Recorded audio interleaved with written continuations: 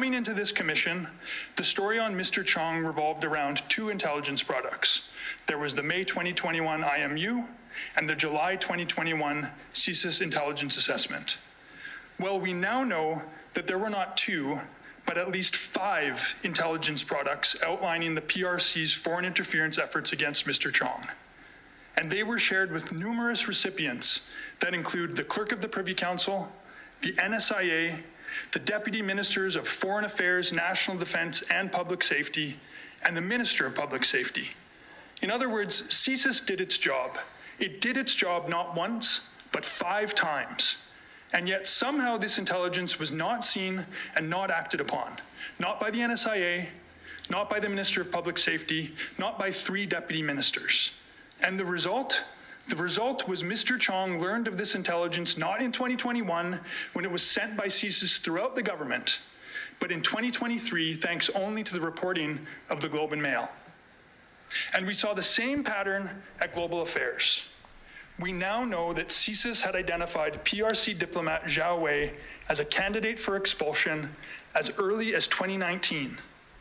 CSIS then provided intelligence on Zhao Wei's foreign interference activities to Global Affairs in 2021. Yet the Minister of Foreign Affairs only declared Zhao Wei persona non grata in 2023 after reading about him in the Globe and Mail. Minister Joly admitted that if she had known about this intelligence years earlier, she would have PNG'd him at that time. Ultimately, what's so alarming about all of this is that it is entirely possible that but for the Globe and Mail's reporting, Mr. Chong would still not know about the PRC's foreign interference activities against him. And it's also possible, if not likely, that Zhao Wei would still be acting as an accredited PRC diplomat on Canadian soil. My third point is that the government has too often taken a political, if not partisan, approach to foreign interference. When disinformation in the Buffalo Chronicle concerned the Prime Minister, it was swiftly dealt with by the government. Yet in the next election, when there was a disinformation campaign about Kenny Chiu, the government's approach was to say and to do nothing, and to allow the media ecosystem to, quote, cleanse itself. We learned that a CSIS warrant, one that we expect the Commission has seen targets a senior liberal organizer, sat in Minister Blair's office for almost 2 months. Yet despite hearing from Minister Blair and his Chief of Staff, the public is still waiting for a credible explanation of the delay in approving that warrant.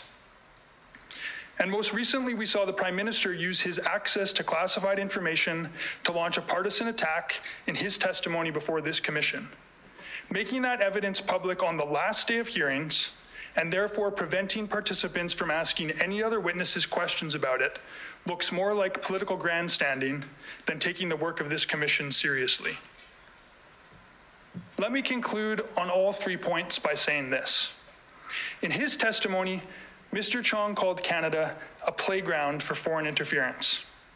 My friends for the Attorney General of Canada sought to have witness after witness dispute that statement.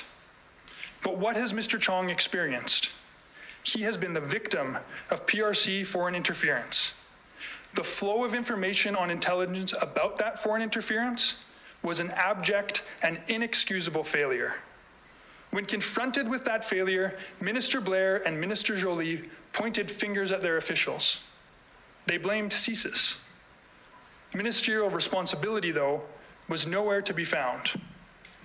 And Mr. Chong has witnessed this government playing politics with foreign interference, rather than treating it with the nonpartisan seriousness that expert after expert this week says it requires, rather than treating it with the special responsibility that the government's own open and accountable government document vests in the Prime Minister.